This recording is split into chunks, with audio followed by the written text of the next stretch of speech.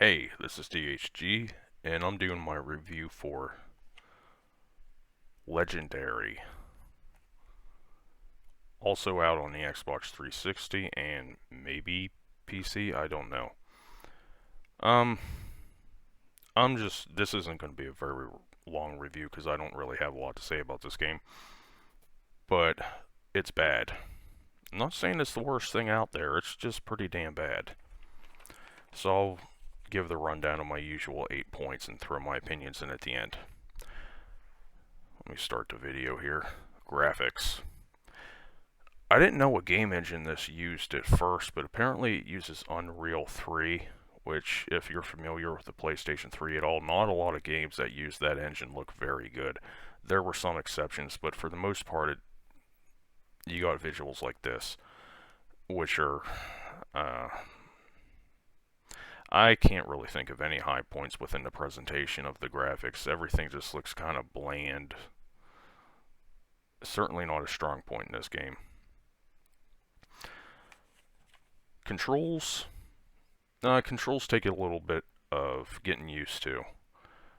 That's not like X and Y sensitivity, all those different things like that. You can adjust the sensitivity to where you want it. It's just, I don't know. It's gonna kind of got like an old school approach before everything kind of went towards Call of Duty and everything became a lot easier to control. The button layout is kind of weird. You don't use Y to switch weapons. I mean, you can change your configuration, but I just stuck with the default because none of the other ones look very good.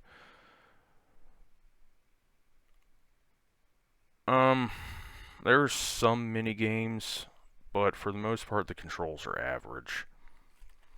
Gameplay. Uh, well, it's your typical shooter. The whole point behind this game was to take a first-person shooter and throw it in with a bunch of mythical creatures like minotaurs and griffins and all that kind of shit, like werewolves. Kind of like the stuff you see in God of War, but in a first-person shooter. So in terms of gameplay, you run around shooting them, but the guys that I'm blowing up right here is some sort of like a, I don't know what you could call them, kind of like a cult slash paramilitary organization. The story is, that's one of my points later on, but the story's not very good, so they could have completely left these people out of the game and probably would have been better for it. But the gameplay consists of you shooting all the typical bad guys and solving little environmental puzzles, which kind of puzzles me because in the beginning of the game there's quite a lot of environmental puzzles. I mean, nothing like real head scratchy or nothing that'll make you think, but they're there, I guess, just for reasons unknown to me. But you do them, then near the end of the game there's like no environmental puzzles at all, and I could say it's better off without them. The last half of the game is certainly a hell of a lot better than the first half. You do some mini games occasionally, like if you get grabbed by a werewolf. I've only seen this twice in my entire playthrough, which it's not a very long game. You can consider that a plus. But I've only seen two different types of mini games in here. You know, press this button to get the werewolf off you. Typical stuff like that. So the gameplay is pretty standard fare. The only thing they did that's a little bit different than most shooters is let me see. Let me pause it here. Down in the lower left, I don't know if you can see my cursor or not. I normally record these and don't look at them again. But this is like your health bar, and this stuff is called animus energy. When you kill a creature, you can see all the kind of like blue shit in there. They leave behind an energy, and you have to absorb that. This energy can either be used to bring your health back or use some, it's like a pushback power. I don't really know how to describe it. Let me see if I could find a point where I use it.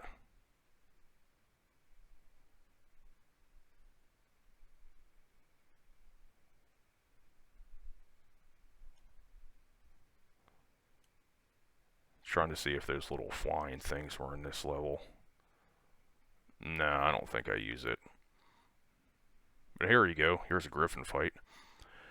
But you can use it to regenerate your health, or you can use it to do like this pushback ability, which has some uses. It stuns the creatures temporarily, allowing you to get a few shots in. And some other creatures are invisible. You have to use it on them just so you can damage them.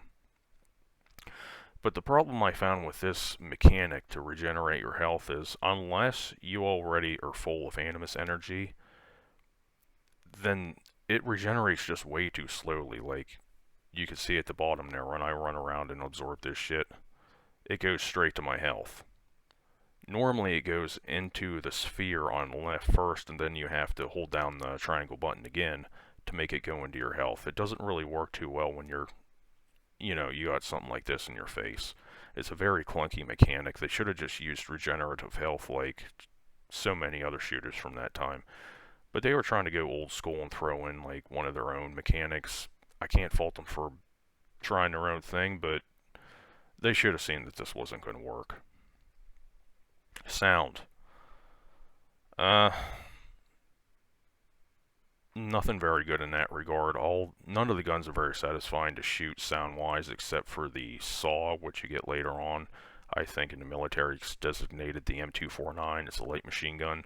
You get that. That thing sounds pretty cool. But other than that, none of the weapons sound very good in this game. Creatures don't really sound very good. The voice acting is pretty bad overall. Music.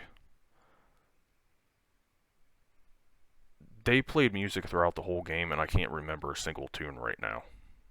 That should tell you something. Story. Not good. Basically, they started off with you playing this. They should have just made him a nameless, faceless dude, but he's some douchebag named Decker.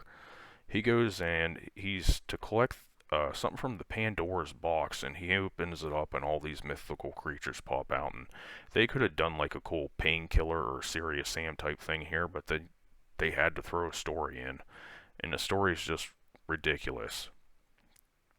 The story revolves around some other competing faction trying to gain control of all the creatures and then controlling the world. Ooh, bad guy. The game would have been better off without a story, or at least one that didn't take itself seriously. Stories, stability and bugs. You'll frequently get caught in the environment, and doors will shut behind you constantly. That just signals you can't go back. I mean, it would have been better if they didn't do that, because you can go back and, like, let's say you wanted to pick these weapons up in the scene right here after you already go through, but no, the door just shuts behind you.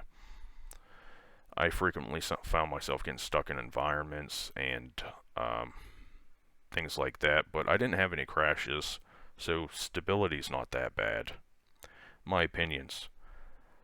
If I'm correct, the developer for this game, Spark, also created a game called Turning Point Fall of Liberty, which I will play and review at some point, but their games, of which I only know of two, have a very cool premise.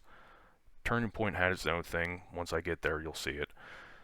But this game, shooting a bunch of mythical creatures, all the different things you could have done with that, with like powers and weapons. I mean, they really could have done something really cool here, but they just completely failed in the execution.